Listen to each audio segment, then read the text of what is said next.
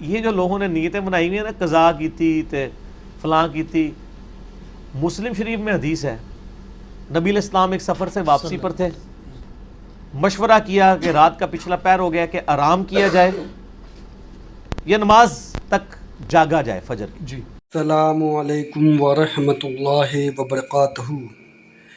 اگر فجر کی نماز قضا ہو جائے تو اس کی نیت کیسی کی جائے؟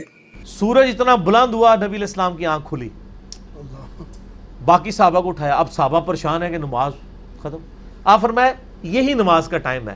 اگر کوئی شخص بھول جائے یا سویا رہ جائے، تو اڈیلا سویا نہیں کہ راتی 3 بجے روزانہ سو تو پھر اٹھو نہ، کبھی کبھار ایسے کیجولی ہو جائے نہ، پھکی نال نل جائے گی، مطلب نہیں کسی کو کڈن دینا.